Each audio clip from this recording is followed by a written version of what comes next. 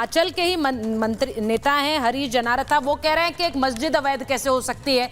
अब यही मैं एक दो फाड़ की बात कर रही हूं, क्योंकि मंत्री साहब ने विधानसभा में खुलकर सच्चाई रख दी, लेकिन उसके बाद क्या उन्हें ऐसा लगा कि एक बैकलैश वहां पर होगा, हमने ये एक वोट बैंक को डेंट पहुंचेगा, तो फिर बाकी नेता उतरा ये कहने के लिए कि भाई कैसे अवैध हो सकती है। मैं तो बार बार ये कह रही हूं, अगर कोई भी निर्माण है वो अवैध है तो उस पर बुलडोजर चलाने की बात होती है, उसमें गलत, उसमें उस निर्माण के लिए ये देखा जाए कि ये मंदिर है, मस्जिद है, गिरजाघर है, ये देखना जरूरी है क्या?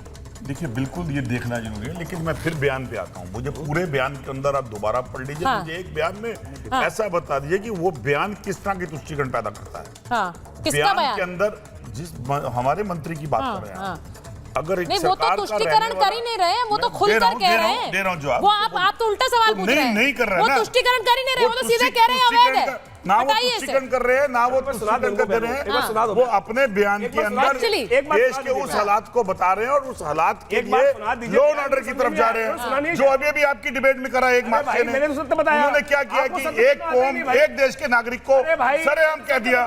ये फर्क है कांग्रेस में, ये फर्क है भाजपा के समर्थन में और कांग्रेस के अंदर। अगर बात अभी तक ये बोला नहीं आपने, बात कही उसके अंदर कह गए, लेकिन इनको बर्दाश्त जो सरकार के अधीन पॉलिटिकली जो गेम है वो सामने, ये फर्क है हमारे में। अच्छा, एक बार मैं जरा एक चीज और सुनाना चाह रही हूँ। संजीव जी, मैं आपके पास आऊंगी, लेकिन कुछ दिनों पहले हिमंत बिस्व शर्मा जो कि असम के मुख्यमंत्री हैं, उन्होंने डेमोग्राफिक चेंज को लेकर एक बयान दिया था, जिसको लेकर हमने एक बहस भी की थी। मुमताज जी, आपको याद होगा, जरा एक बार वो बयान सुनिए, क्योंकि जब हम जो तस्वीर शिमला की देखते हैं, मैं आपसे लूंगी, लेकिन एक बार जरा सुनिए कि वो कह क्या रहे थे जब वो असम की बात कर रहे थे। आज सवाल ये उठ रहा है कि क्या वो सिर्फ असम की बात कर रहे थे। जरा सुनिए पहले। बदलते डेमोग्राफी मेरे लिए, मैं असम से आया हूं, ये मेरे लिए बहुत बड़ा मुद्दा है। इसलिए मैं असम में, बंगाल में हर दिन, मेरा असम में मुस्लिम पॉपुलेशन 40% हो चुका है। 1951 में 12% था, आज असम में मुस्लिम पॉपुलेशन 40%, हम जिला की जिला खो चुका है। अच्छा, अब वो ये कह रहे हैं कि मैं असम से आता हूं, मेरे लिए ये मुद्दा बहुत, मैं इसको लेकर भावनात्मक हूं और मैं यहां पर मियां मुसलमानों को यानी बांग्लादेशियों को नहीं घुसने दूंगा। अब वो जो ये सवाल पूछ रहे हैं, मुमताज जी मैं आपके पास आऊंगी, लेकिन एक बार जरा संजीव जी से पूछ लूं, उन्होंने जो बात बोली है, ऐसा लग रहा है कि वही चीज हमें हिमाचल में देखने को मिल रही है। ये क्या सिर्फ असम सेंट्रिक है या फिर अलग अलग जगहों पर ये हो? सुचारिता, पूरा स्ट्रक्चर लगभग एक जैसा ही चल रहा है, परंतु अगर मैं आपको बताऊं कि आज के मुद्दे पर जिसमें आपने बताया वो एक डिमोलिशन का प्रोसेस, क्योंकि मैं कॉर्पोरेशन का एडवोकेट भी रहा हूं। 30 डेज का नोटिस, ठीक है, उसके बाद 30 डेज के बाद आपने शो कॉज नोटिस देने के बाद उनसे जवाब लेना है, आपको जवाब देना है। मौलाना जी जवाब दीजिए। जब आप जवाब देने की स्थिति में नहीं तो आपने बताया कि हमने लीगल स्ट्रक्चर किया, हमने कब्जा किया, 4 मंजिल बना ली जो कि 2 मंजिल थी, और तो आज आपका डिमोलिशन क्यों ना हो, तो आज तक डिमोलिशन क्यों नहीं हो पाया? मुझे लगता है क्लियर कट केस है डिमोलिशन का, मैं देख भी रहा था सुचारिता।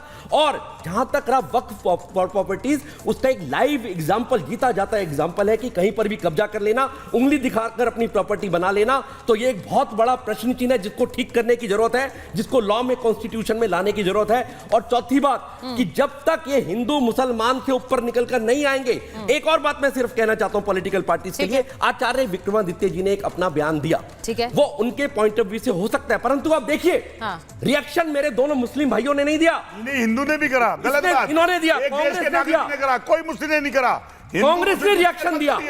ये मेरा फर्ज बनता है या उनका फर्ज बनता है कि गलत भारत, देखिए मुझे ऐसा जाना नहीं चंद्रमोहन जी, एक सेकंड नहीं, वो अगर कह रहे हैं नहीं, उन्हें गलत लगा, उन्होंने बोला उनका वोट बैंक है, उसको बैंक की समझते हैं वो, ठीक है, पूछो भाई साहब, मतलब वोट समझते हैं। नहीं, पर यहाँ तो इस बार उल्टा ही हुआ है ना, वोट बैंक को लेकर बात हुई नहीं है इस बार। तो कांग्रेस के मंत्री ने जो बयान दे दिया उसे लेकर लोग हैरान हैं, और इसे लेकर तो वैसी साहब हमला बोल रहे हैं कि आप दोनों सेम पिच पर आ गए, नफरत की दुकान चला रहे हैं। बोलिए सुचारिता जी, एक मिनट। यही खतरा उत्तराखंड में पैदा हो रहा है, हाँ। यही खतरा जो है आसाम में पैदा हो रहा है, यही खतरा हिमाचल प्रदेश में पैदा हो रहा है। मुल्क की टोटल आबादी जो हो रही है वो 150 करोड़, एक मिनट 150 करोड़ के करीब हो रही है। उससे मुसलमानों की जो आबादी दिखाई जा रही है वो 20 करोड़ दिखाई जा रही है। 130 करोड़ जो है आबादी वो मुसलमान है ही नहीं। इसके बावजूद जो डेमोग्राफी है वो चेंज हो रही। मुझे बड़ी हैरत है कि कौन सा कैलकुलेशन करते हैं, ये कौन सा गुणा भाग ये लोग करते हैं। ये सिर्फ और सिर्फ ऑर्गेनाइज मुसलमान और पोलराइजेशन, और अब ये चलन हो गया है कि हिंदू पॉकेट्स क्रिएट, और अब चलन हो गया है कि हिंदू तुष्टीकरण की जाए। अब क्यों चलन हो गया? ये आरोप तो बहुत पहले से आप लोग बीजेपी पर लगाते हैं।